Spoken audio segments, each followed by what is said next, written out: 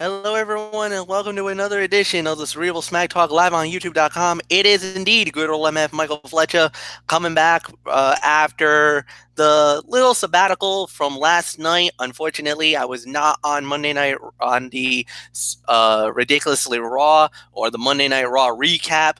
Hosted by Anthony Florio due to work commitments beyond my control.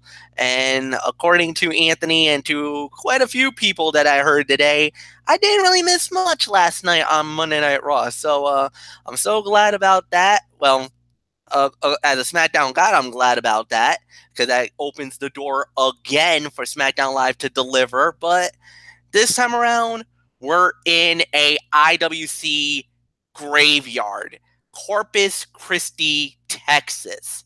I hate to say it, but it is a graveyard, and it is one of the worst IWC areas, and as a matter of fact, one of the worst locations a WWE show has ever had. And now you throw SmackDown Live to do the unthinkable and try to bring a good show out of that dead crowd. Did they do it? Did they pull it off? You're just gonna have to find out right here, right now. So let's do it. We started SmackDown Live with an in-ring segment by none other than the SmackDown Women's Champion, Carmella, posing everything else. Then that prompted Asuka to come out, and she that actually led to the first fight of the night. It's a 2-for-1 deal, as Asuka fought both members of Absolution, uh, the prize fighter Sonya Deville and God's greatest creation, Mandy Rhodes. And no, I never ever created that. That was kind of a name that was being thrown around in actually that was actually being dubbed in WWE land. So Dee, if you want to go after WWE, go right ahead. But when it was all said and done, the winner of the bout in 11 minutes and 33 seconds was the Empress of Tomorrow, Asuka.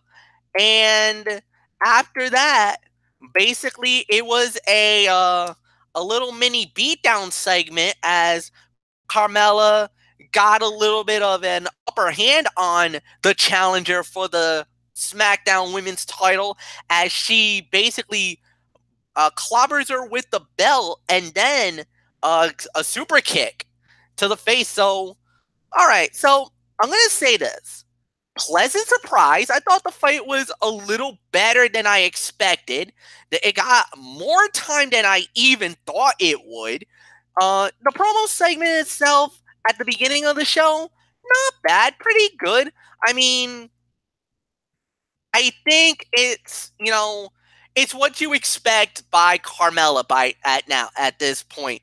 The Mela is money gimmick is working. She's a believable heel. She's one that you really are trying to dislike. The only problem is she's not getting under the skin of Asuka as much as she did with Charlotte. Maybe it's because of the language barrier. Maybe it's because Asuka maybe doesn't really she's not that angry. She's always like, you just don't feel it with this. That's why this one is a little bit underwhelming, a little, at least storyline building to Money in the Bank. But for the fight, this was really, really well done. Sonya Deville is an underground talent. And if they groom her right and give her the ample amount of time, I think Sonya Deville will definitely be the better of the two of the Absolution girls. But Mandy's got the look. She's got that va boom factor, which Anthony Florio likes. And she has, if she could really work a lot more better, then definitely she'll be a major star herself. Sonya Deville has got that MMA type fighter look. She's definitely the stronger of the two. She's the more powerful of the two, and she has that that look of that she could kick your butt any day of the week, and that's basically what you want. So it's an interesting dilemma. If you put Sonya Deville versus Asuka and just let them go, I could see a solid 2.5, 3-star fight at least. I mean, it could pull something really good out of that. But we'll wait and see what happens. Overall, solid beginning. First fight of the night, I'll give it 2.5 stars. I thought this was all right for what it was worth. Nothing more to say. Anthony Floyo, come on in. Give me your thoughts, man. Well, I'll tell you, MF. As far as the segment goes, this was a decent segment to set up the opening match there, and I'm glad Carmella's quote unquote unmasking of Asuka was not a train wreck. Most of these types of segments end very poorly, but this was an exception. It wasn't particularly interesting, but Carmella's hilarious insult and delivery made it somewhat worth my while, much to the chagrin of Dee Dee Woodson, because we all know how much she cannot stand Carmella. But as far as the match is concerned, you said about what, 2.5 to 3 there, MF? I think you're absolutely right on with this one. About 2.5 to 3, I agree with that. That was a very good match. I mean, Asuka puts on a clinic every week, and she dominated here as the crowd reacted strongly to everything she did. The stuff after the match was also great because it seems clear that the WWE is waiting until Money in the Bank for Asuka to get her hands on the trash talking Carmella. So the segment was decent at best, but the match was better in my book. So I think you said 2.5 to 3 there, MF. So I'm gonna go with that as well. I agree with that. I'm gonna go about 2.5 to 3, and I'll go as far as to say sleeper fight of the night. Usually handicap matches aren't all that great, but one of the rare exceptions. So nothing more to say here. Dee Dee Woodson, it's all yours. I will definitely agree with the rating. Yeah, it's definitely no secret how I feel about Carmella, and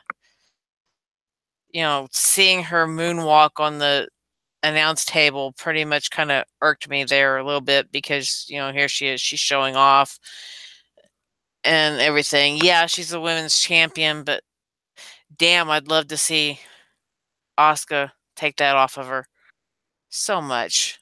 And I think tonight she proved that she is the same Asuka that she was when she was the undefeated monster that she was when she plowed through NXT, plowed through Raw just to get the Smackdown to Charlotte to uncrown her as undefeated. So, not much more I'm going to say about it. Yeah, the segment was really good. Really good match. So, not much more I have to say about it. Fletch, take it.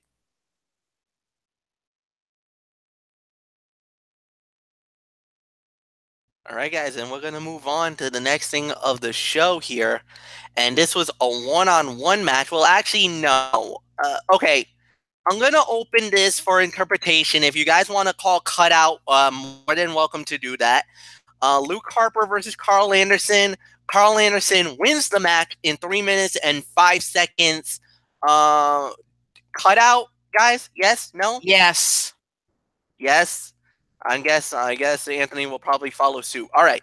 So what we're going to do is a mixed tag match. Now, initially, this was supposed to be a 6-person tag. However, it got altered. This time around, we got Aiden English and Lana versus Jimmy Uso and Naomi. And when it was all said and done, the winners of the bout in 9 minutes and 8 seconds, Jimmy Uso and Naomi wins the match. Anthony Florio, it is all yours. Wow. Way better than I expected. Naomi and Jimmy Uso were fantastic. Lana looks improved, and Aiden English was solid as usual. And if I'm going to be real honest, Naomi was the MVP of this bout, without question.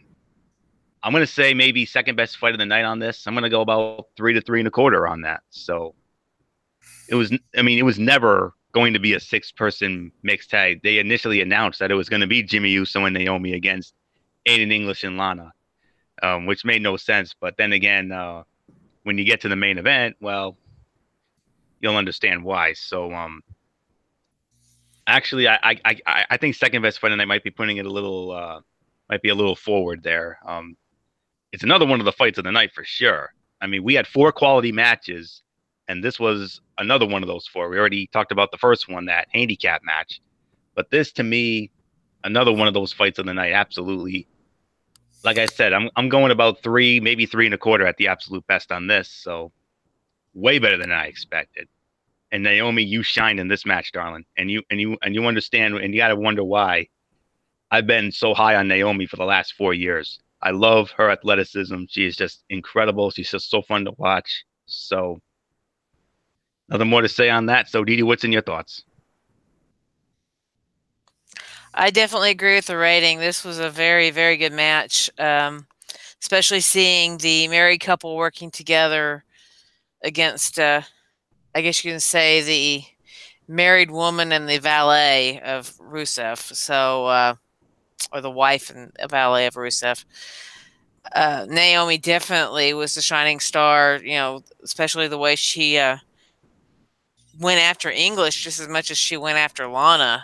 I mean, that last move she did where she took out English so that Jimmy could get the pin, I mean, that was just awesome.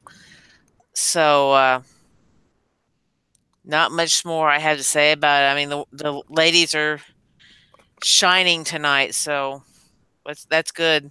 So, Fletch, I'm going to toss it over to you. And I totally agree with both of you guys. I thought this was a very good match, solid for what it was worth. I really enjoyed it, to say the very least, and it was definitely something that was very enjoyable. 3 stars for me. Definitely one of the top fights of the evening. Nothing more to say. And now we're gonna go into something I never, ever, ever thought we would ever see. And this is actually a nod to the old school WWF days, and I love this. Paige sitting in an actual office setting with Nakamura and AJ Styles, and they did the official contract signing for the Money in the Bank match, the WWE Championship, last man standing. And just to let you guys know, there was 2 plants out there, Adam Pearce and Dean Malenko. They were kind of, there just in case if any chicanery happened. It did, but this was beautifully done. I enjoyed this one. Didi Woodson, give me your thoughts about this. Did you get that old school WWE nostalgia when you saw this segment? Oh, yeah. This was a very good segment, for being a contract signing and a very unusual place for it to be backstage.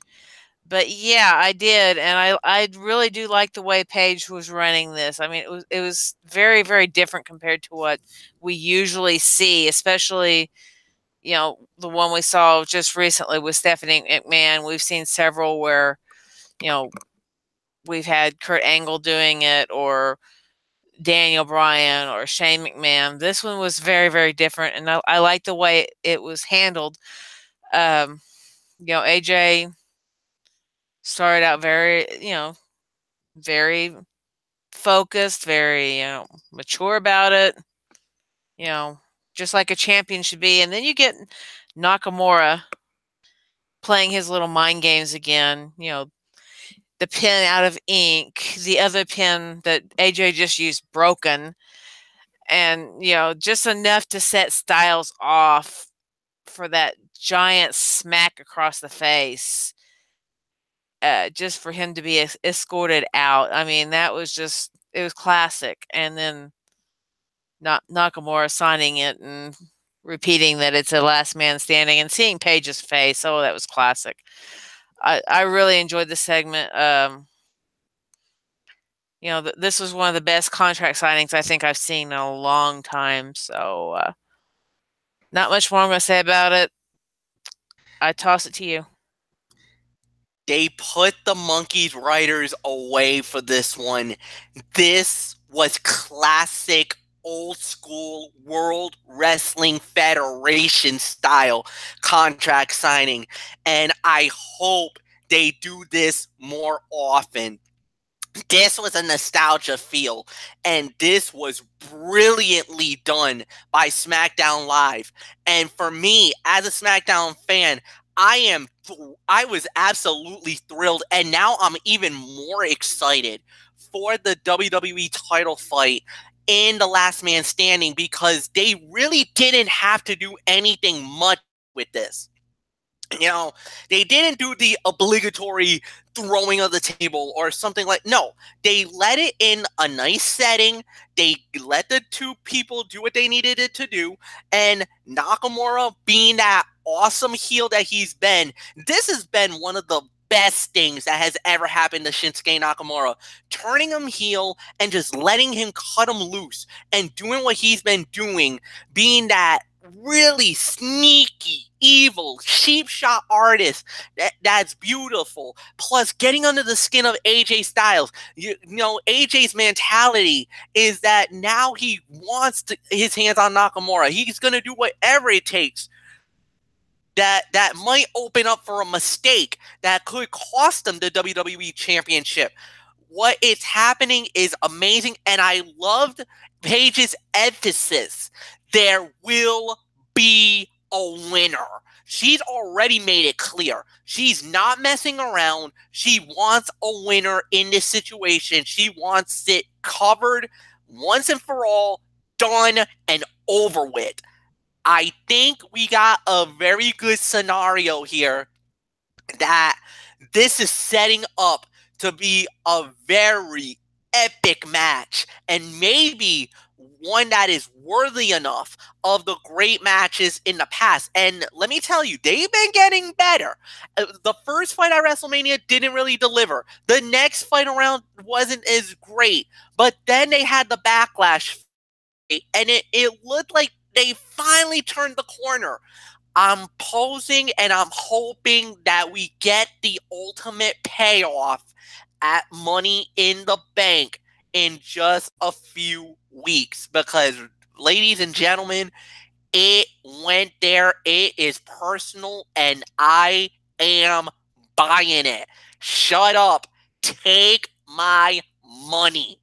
Anthony Florio, it is all yours. I had to ask you, did you get that nostalgia feel like I was? Of course. Absolutely, I did. I mean,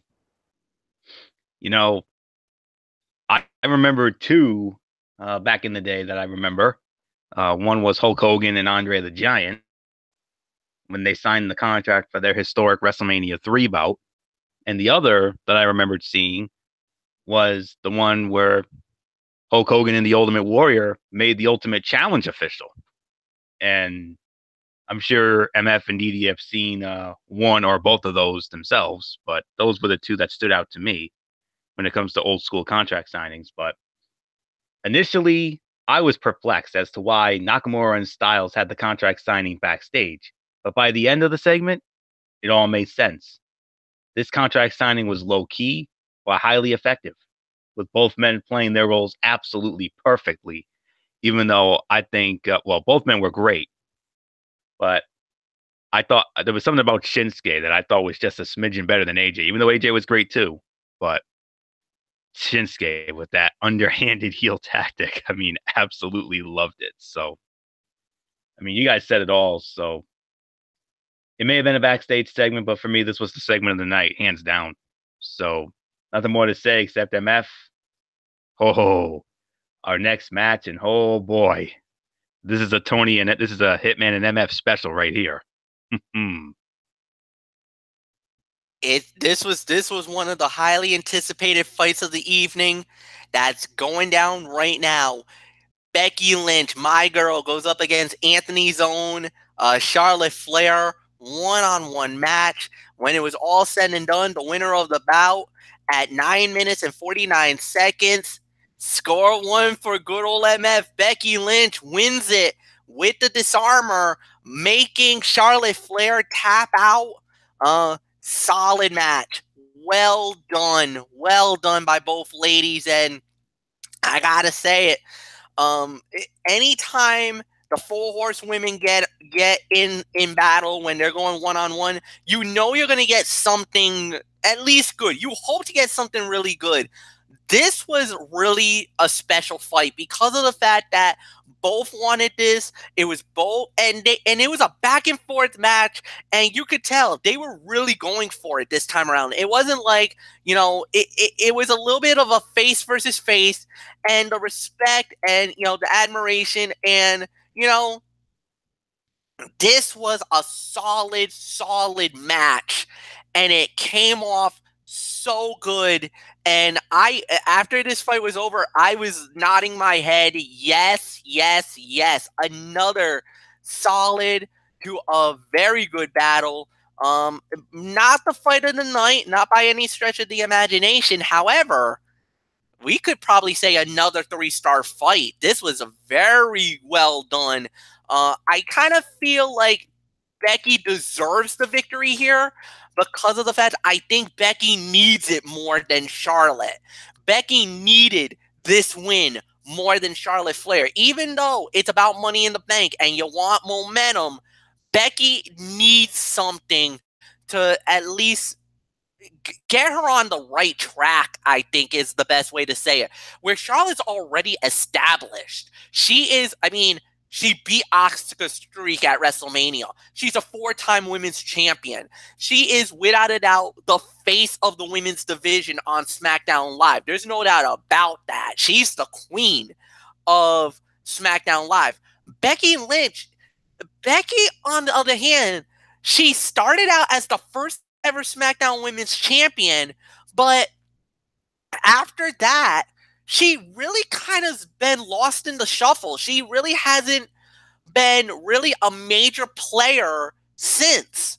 And even for me, I'm a little frustrated that Becky hasn't really shined like Charlotte has. This might be hopefully it's the start of a really good turning point for Becky Lynch. This win tonight, I hope, is a launch pad for her to at least get, a really good push, maybe something better down the line. Now there's rumors about maybe her turning heel. There's been rumors about Charlotte turning heel. We don't know what's going to happen, but I really think to let these two go at it, I think was a really necessary thing. And plus, to really put it in a real tough city like Corpus Christi and to deliver the way they did and had the fans pretty much invested in this fight. WWE, SmackDown Live, you could not do anything wrong tonight. Well done on this front. 3 stars from me. Anthony, it's all yours, my friend. Yeah, 3 stars as well. Good match. And that's just a sample of what could, at a later date, be an epic pay-per-view match with double the time to tell more of a story. Think about that. Great action throughout. We got the split screen commercial break during this, which I thought was genius touch there. So we could see the whole match instead of missing that good few minutes of it because of the stupid commercial break. But no, that there was one match that I was hoping for the split screen. This was the one I was hoping for. And we got it, boy, tonight. And props to Becky. That was a much needed win. She really needed it. And it's the loss. The loss is not going to hurt Charlotte at all whatsoever. Becky needed it a lot more. And now let's move on to the Money in the Bank and let's see what happens. I don't think Becky's going to win it by any means. My favorites right now are Charlotte Flair and Alexa Bliss. Those are my 2 favorites to win it right now. So we'll have to wait and see how that goes down in a couple of weeks. But like MF said, MF pretty much nailed everything once again. I'm going to give it a solid 3. Good match. And just imagine whether one of them becomes champion down the road. I would love to see these two get a pay-per-view match and they'll have double the time to tell more of a story. And if you do that, we're looking at something very special. So nothing more to say. Another solid 3-star match. Dee Dee Woodson, I mean, the ladies delivered again here. Oh, yeah. They very much delivered. And yeah, I'm very pleased with how the SmackDown women are doing on here. I mean, man, we've had 3 matches where the women have basically shined on this. And it's, I don't see it stopping anytime soon for the SmackDown ladies. That Raw has a lot to prove when we come to Money in the Bank. Getting those ladies in there to prove that they actually deserve to have that title shot to go for Nia Jax or Ronda Rousey, whichever one walks away with the title. But as of right now, being Nia Jax. So, there's a lot there for them to do when it comes to Money in the Bank. But this was definitely an awesome match. Love how they kept the friendship through part of this, but then and then of course at the end they showed that they're still friends at the end, but at the same time they brought it to each other. I mean, toe for toe, even pulling off the same moves at the same time, and telling each other to put their leg down when they were both holding the legs. I mean, it's just that was totally cool. I love the way it worked out. I love the way that these two work together. They definitely are two of SmackDown's top ladies there, and I would be pleased to see either one of them with the title again. Although I think Becky here, she deserves another shot at it. It's been quite a while since she's had the title, and I think it's about time that we put Becky back as the top dog on the female side. So, not much more I have to say about it. Let's move on, Fletch. All right, the next thing we had was another nostalgia, old school thing that we had. It was that Renee Young was standing at a platform near the ring. Now this is an old school thing that they used to do. The little I guess you could say it's a platform at the crowd near the ring. A little bit down yonder is the ring. They bring out Big Cass, and Big Cass cuts a promo on Daniel Bryan, basically the lead up for his Money in the Bank match, because they did make it official. Daniel Bryan versus Big Cass one more time at Money in the Bank. So I gotta ask Anthony Florio. We've been very critical about Big Cass and his promo work. Did the little feel of the nostalgia, did it help or did it hurt? Give me your thoughts. No, MF, I liked it. I liked the setting of him standing on the stage instead of in the ring. I do have a nitpick though. The promo lasted about 30% too long though, and it got repetitive at times. But overall, Big Cass was arrogant, and what he said and how he said it made you want to see him get shown up and get his comeuppance from Daniel Bryan at Money in the Bank. I mean, another nitpick here. I don't know why this feud is continuing. I mean, I rather would have had Daniel Bryan in the Money in the Bank ladder match. You could have, taken one step forward to possibly the greatest comeback story in WWE history with Daniel Bryan coming back after having to retire for 2 years. But, that's my little nitpick. But other than that, I mean, fine segment for what it was. I mean, and yes, I mean, it was another old school feel. I mean, that's exactly what they used to do. Mean Gene and Craig DeGeorge. I mean, they used to have interviews with certain superstars on the staging there. I mean, I remember they actually did one of these at the very first Survivor Series, as you remember, when Craig DeGeorge did an interview with the Honky Tonk Man and Jimmy Hart. So I remember that very well. And one of the first, well, the very first old school Monday Night Raws they did. They had Mean Gene Okerlund with Randy Orton, um, or I think it was Randy Orton, or it might have been his father, Cowboy Bob, going into the 2010 Survivor Series. But nonetheless, I mean, another old school nostalgic feel here tonight. I mean, first with the backstage contract signing, all Hogan and Andre at WrestleMania 3, and now this. I mean, well done. I like that setting, absolutely.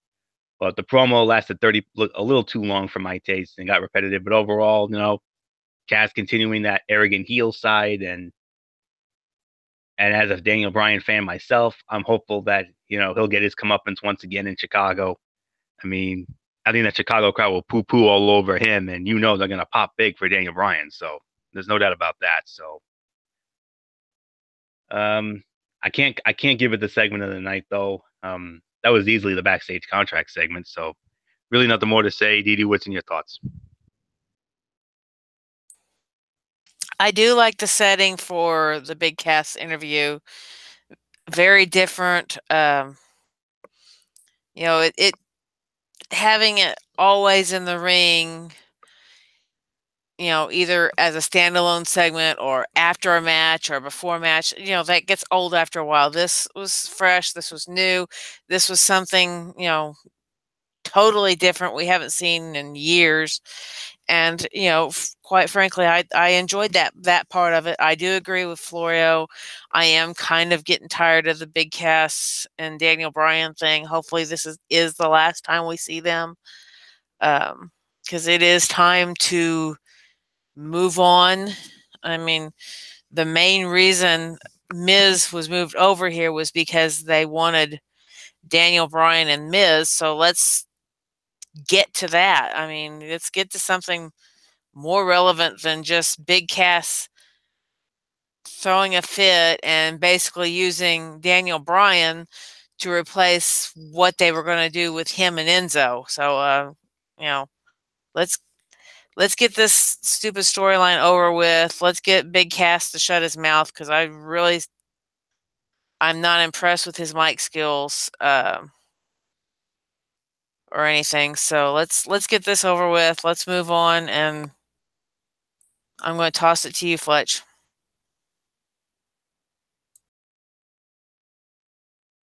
And on to the main event of the evening, which was a 6-man tag team fight. Definitely as inspired and definitely brought to light as it pertains to the upcoming Money in the Bank ladder match, as it was what was all 6 men right now, because remember, the New Day holds one spot, and then the other 3, Rusev, Samoa Joe, and The Miz, all in a 6-man net. When it was all said and done, the winners of the bout in 13 minutes and 43 seconds was the New Day. Let's just say the Miz did a dipsy do botcharoo. Was gonna try to hit. I believe he was gonna try to hit one of the New Day members with a whole bunch of pancakes. It ended up landing on Joe and Rusev, and they went off on Miz, much to the delight of Didi Woods, and I'll bet, because the Miz got his comeuppance, and it ended with the midnight hour. Last call, y'all, as the New Day wins it. Didi, I gotta ask, fight of the night, my love? Of course. What else would it be? Yeah, I had a feeling.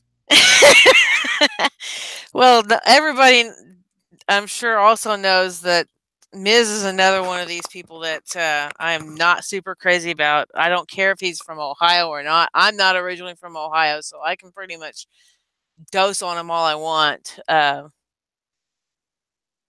I thought it was pretty daggum funny that his tag team partners kind of left him in the ring there at the end to pretty much himself, for them to actually, take him down and pick up the win. So, I mean, it was a good match. I really enjoyed it. So, I'm not going to doubt a whole lot on this match, although it was the match of the night, and you guys probably have a lot more to say about it than I do. So I'm just gonna toss it over to you guys and let you guys just have at it. But for me, yeah, it was the match of the night, and I'm gonna probably go ahead and shoot maybe 4 to 4.25 stars. So go for it, guys. You know what? I'm gonna see her at the definitely a 4-star fight, and it was really good because it brought you had that element where everything was going good. The closing of the match was absolutely phenomenal. The setup to the end was really good, and yeah, you're thinking, oh no, the Miz is gonna get the comeuppance. Then the pancakes goes all over Rusev and Samoa Joe, and you finally get that little money in the bank level of it's every man for himself. You screwed up, and now you're gonna pay the price. And they beat the living daylights out of them, much to the delight of Dee Dee Woodson, as I said. You know what? I have to admit, I was kind of snickering a little bit. I was doing the infamous Muttley laugh that Anthony Floyo knows I used to do a lot back in my day.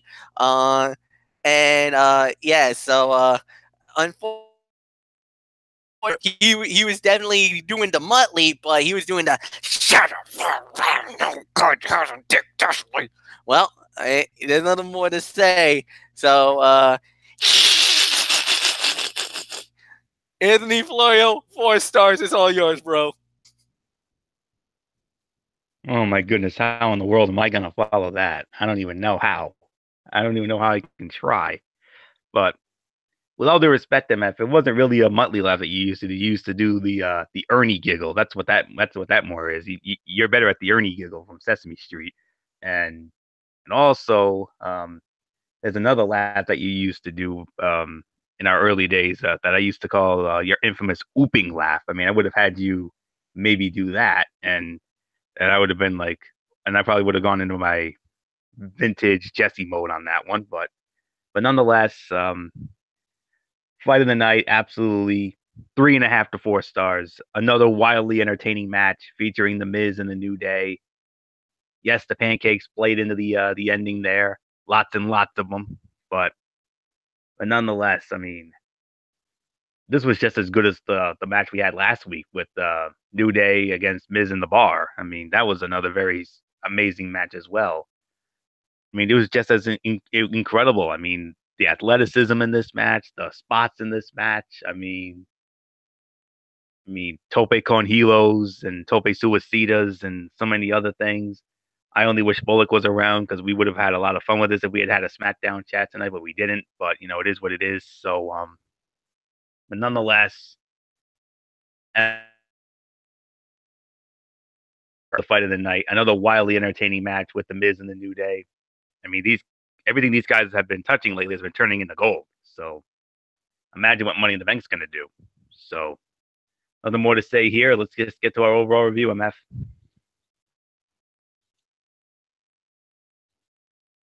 All right, and I'm gonna start it off. I gotta say, guys, they delivered. They nailed it. It was another solid show. There was really nothing bad about SmackDown Live. There was only one match that kind of was a cutout, which was the Luke Harper, uh, the Gallows, and I think it was Carl Anderson and Luke Harper.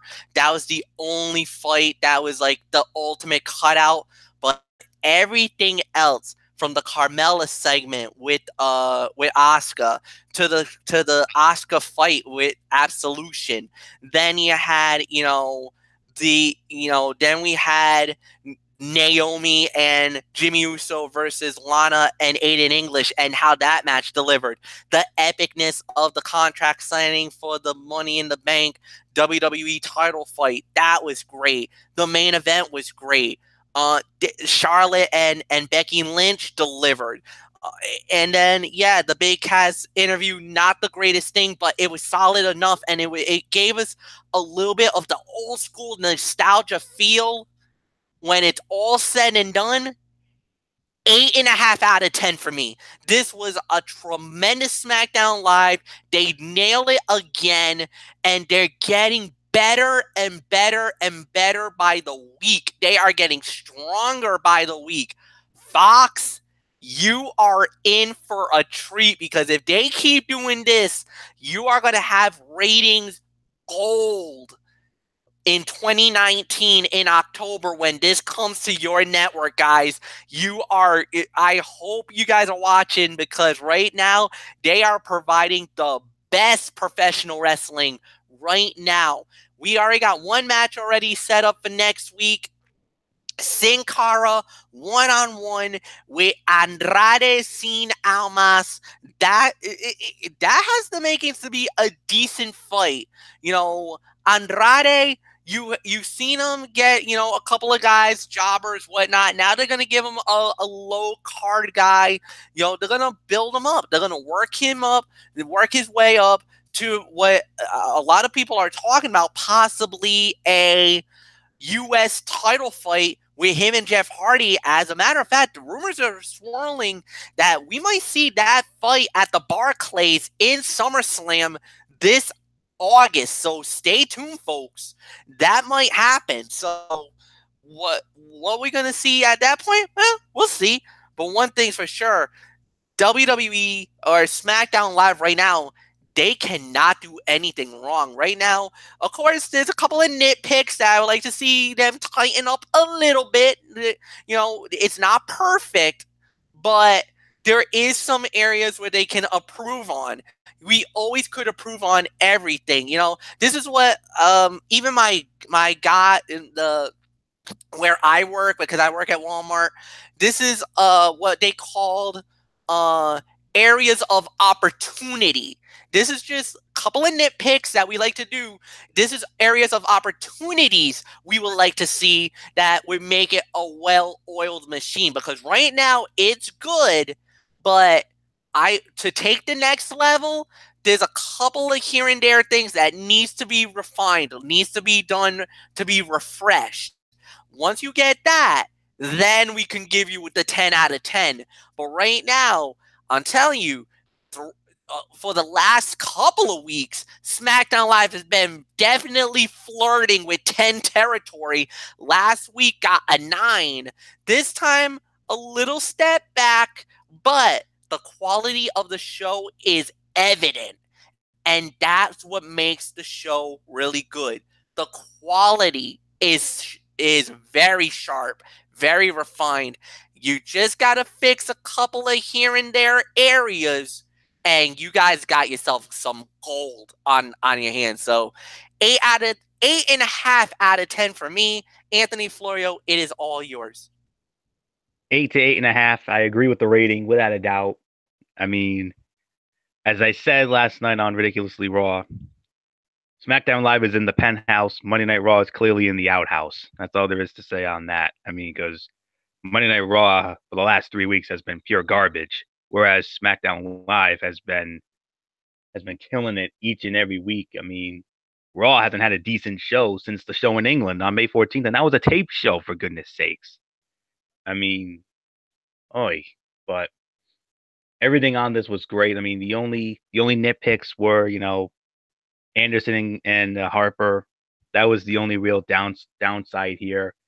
But other than this, I mean, look at that opening match. I mean, a handicap match. I mean, it defined where Absolution are in the hierarchy, and it's not a mistake to establish they're clearly a level below Asuka, and Asuka's headed to a title match, and this gave her a real sense of momentum. And Deville was giving enough back and forth with Asuka to look like she belonged in the ring with her. And then the Anderson and Harper, that was simple booking 101. I mean, singles wrestler from an underdog tag team scores the upset win, building up the tag match later. And after the mess that was Raw last night, this basic stuff was refreshing to me. The mixed tag, I mean, that was way better than I thought it would be. The contract segment, loved it. That was the segment of the night. AJ was straightforward, calling out Nakamura for his mind games, being a way to make up for a lack of confidence. He can win without him. And Nakamura played mind games and pushed AJ's buttons. They got a little physical, but just a small taste of it. Nakamura came up like a jerk, and Styles like he just wanted to prove once and for all he's better. Great basic stuff with the wrestlers' established personalities telling that story, not overwritten dialogue or stunts. The women's match, like I said, Charlotte and Becky, good. Think of what a pay-per-view match down the road could be if they gave them more time. And then, of course, the cast segment, was fine, but it was a little long and overstayed its welcome a little bit. And then the main event was just fun as hell. So, oh man, I mean, I just want to go back. I just want to go back in time. I want to go back to like 5 or 6 months ago when Monday Night Raw was putting on the great shows and SmackDown Live was putting on the mess shows every week, mainly because of the nonsense with Daniel Bryan and Shane O'Mac. But boy, we're a long way from that now, aren't we? So I think it's very clear. SmackDown Live is the priority. They're treating SmackDown Live like the A show, and Monday Night Raw is the done enhancement show. I'm sorry to say. So it breaks my heart as a Raw guy. I mean, 3 straight weeks of blast shows, and I thought it couldn't get any worse than the previous 2 weeks. Well, last night it clearly did. That was far and away the worst Raw of the year by a country mile. And SmackDown Live just keeps getting better and better and better. And oh boy, I mean, I think it's very clear. I think it's clear as day. This is a SmackDown Live year, and Raw's clearly going down the toilet. So, but with 2 fatal 4-way matches on Monday night, hopefully, maybe there's a smidgen of hope. But I don't know. Until I see better, I can't really, get all for it. So good job, SmackDown Live. You did it again. I'm not at all surprised. I mean, you took advantage of the worst Monday Night Raw of the year by a mile. So 8 to 8.5. I think that's the best way I can go. So way better than that 2 out of 10 Monday Night Raw was last night. So nothing more to say here. Didi Whitson, just take it. I definitely agree with the rating. This was definitely, one of the better SmackDowns. Yeah, we've had some really good ones the last few weeks. And like I said, yesterday, I do not really look forward to next week's Raw because of how it's been going. And, everybody pretty much heard my semi-clean rant yesterday because I still tried to keep it clean, even though I had permission to not keep it clean, but I did anyway with respects to Anthony and respects to my own faith as well. But SmackDown definitely is kicking Raw's butt. Raw's pretty much kind of in the doghouse now, and hopefully we can get the monkey riders that we've got out of SmackDown now out of Raw so that we can have 2 quality shows and not 1 quality show and 1 crapper. So not much more I'm going to say about it. I mean, this was a great show. Only a few technical low points, mainly with the one match. Other than that, hey, it was a great show. So go ahead and do your Mikey's Mindset.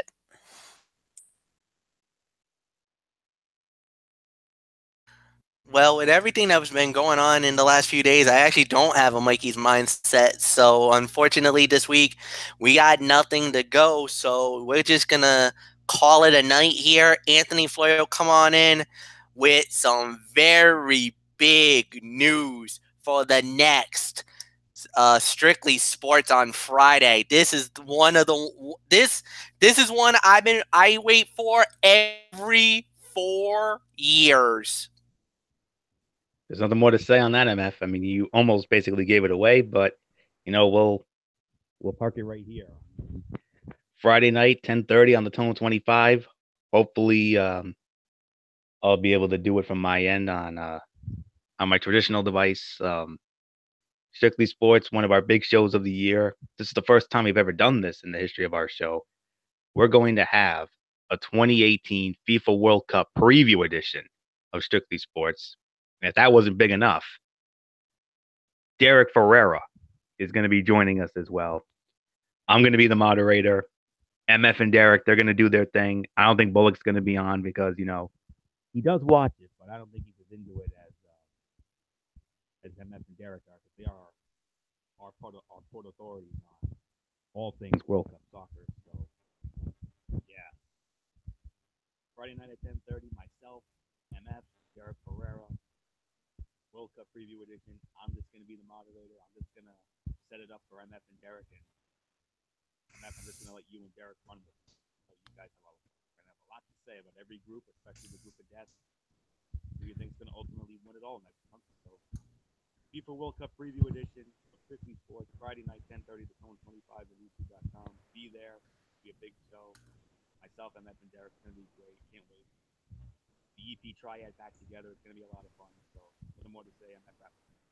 All right, and with that, we're gonna say good night. So for Anthony Florio, for Dee Dee Wilson, I am Michael Fletcher. Have a good night, everybody. So long for now. And you know the routines as always. Like the video, leave a comment at the bottom, share it with all your friends on all social media platforms. And until then, we'll see you guys on Friday night. Hugs and hand pounds. We are out. Bye bye.